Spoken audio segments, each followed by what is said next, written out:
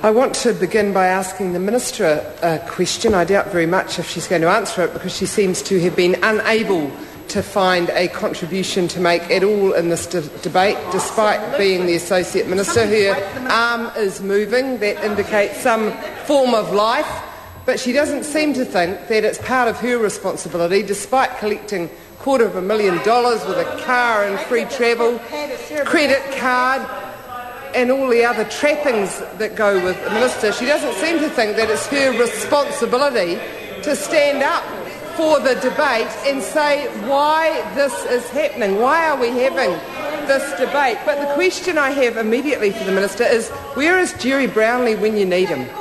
Where is the Leader of the House who felt obliged to come to the House and have my supplementary order paper ruled out of order on the grounds that it would nearly bring the government to its knees? Order. Now, I think let's keep this reasonably good natured. But the member is skirting into two areas. One, in inferring a member's not here, and secondly, speaking about a ruling that has been made. And member can't do that either. But Ruth Tyson.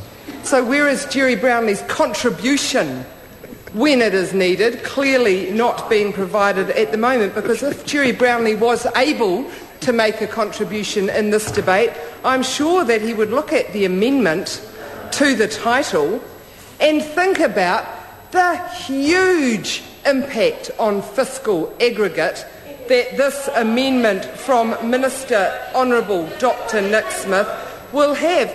How much will it cost for every single letterhead, every single logo, every single front window, every single car, every single business card, every single bit of paper, including ones with perforated sides, which currently have the existing logo and brand of injury prevention, rehabilitation and compensation? How much will it cost for them to be altered? Mr Chairman, Jerry Brownlee is likely to be considering a contribution to this debate and have this amendment from the Minister ruled out. If it's good enough for the previous amendments to be ruled out, it's certainly good enough for this one.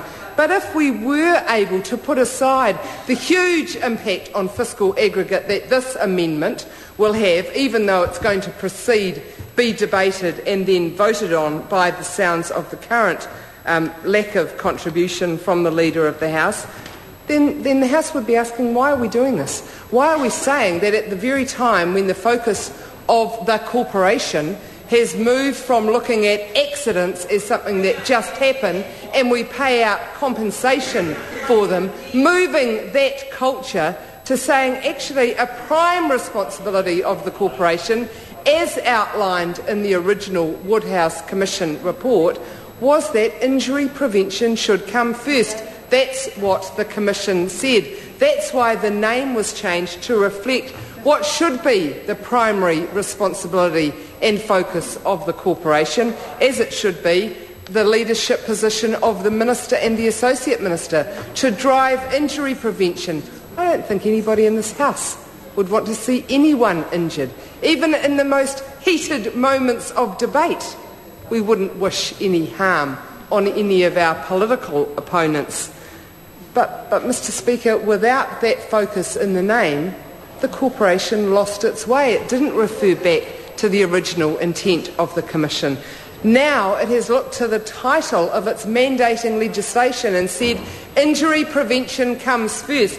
And what should be the second responsibility of the corporation? It should be rehabilitation. It should make sure that when people have the misfortune of an injury, despite the best efforts of any injury prevention program, that there is a fundamental responsibility to try and restore that person to the greatest extent possible to their pre-injury earning capacity. Make them as well as we can make them restore their injury to as much as possible their pre-injury situation. So injury prevention should be the number one focus, rehabilitation should be their second, and compensation for loss of earning or earning capacity should be their third role. So, Mr. Chairman, Honourable Ruth Dyson. Mr. Chairman, under this amendment and under the now new title, yet another leap backwards into the 1990s, we see that the title is going to be the Accident Compensation Act. What does that say from this Parliament to the corporation? What does it say to the general public? What does it say to the leading injury prevention and rehabilitation specialists? Well, the message from Honourable Dr Nick Smith and Honourable Pansy Wong is we don't care anymore about injury prevention and rehabilitation.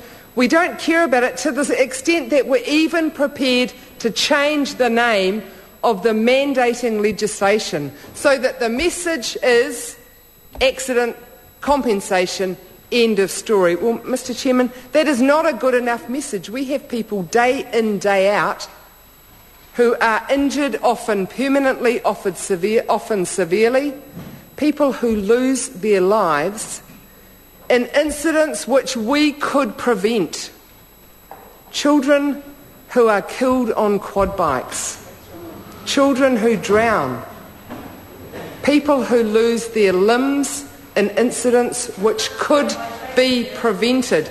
My colleague, the Honourable David Parker, spoke of a fantastic program which was in part funded by ACC, in part funded by local authorities and other government departments and agencies, and it focused on a group of people who were often neglected in the past in terms of injury prevention. The reason they were often neglected is because they actually don't cost the corporation much money, because they don't receive earnings-related compensation, and that is people over 80. People over 80 often fall and break their hips. They don't cost much, so they were never in the past a priority. Well, our government changed that. We said those people are important in society.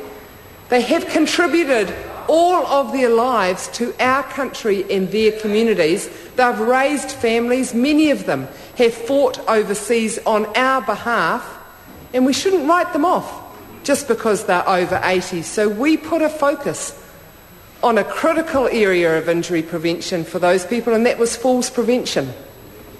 All credit to the University of Otago for the amazing work, but particularly led by Professor John Campbell, done with that injury prevention program.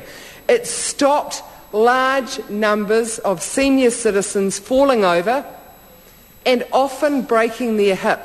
Mr. Chairman, if an older person falls and breaks their hip, they have a lot of pain, they have to have a lot of surgical intervention, and the most telling thing is that they never fully regain their confidence again. They rapidly decline in terms of their ability to get up, get out of bed, get out and about, because that fall has shaken more than their bones. That fall shakes their confidence. Why would we want to let that happen when we know that it can be prevented by a very simple, internationally well-regarded falls prevention program? Well, I don't know the answer to that question, Mr. Chairman, because the National Party scrapped it, not the Labour Party. The National Party said to over 80-year-olds, we don't care anymore about your falls prevention, we don't care about injury prevention at all, actually, and they scrapped the small amount of funding which was keeping so many of those people out of danger and out of hospital, and giving them an opportunity to lead a much fuller life. Mr. Chairman, those issues are really at the heart of my concern about the change in the name. Many people say, who cares about the name change? Well, if we cared that little, we wouldn't be debating it in Parliament. It's more than the name of a statute on the books of this House. It's about the message that we give about what is important as the legislative mandate for the corporation and its staff throughout the country. What does this Parliament think is a priority? I don't think that we should say, well, it's an accident, it just happens. I do think we should say these are injuries, and in many, many instances they can be prevented. It should be a moral responsibility of this Parliament to make it a legislative responsibility of the corporate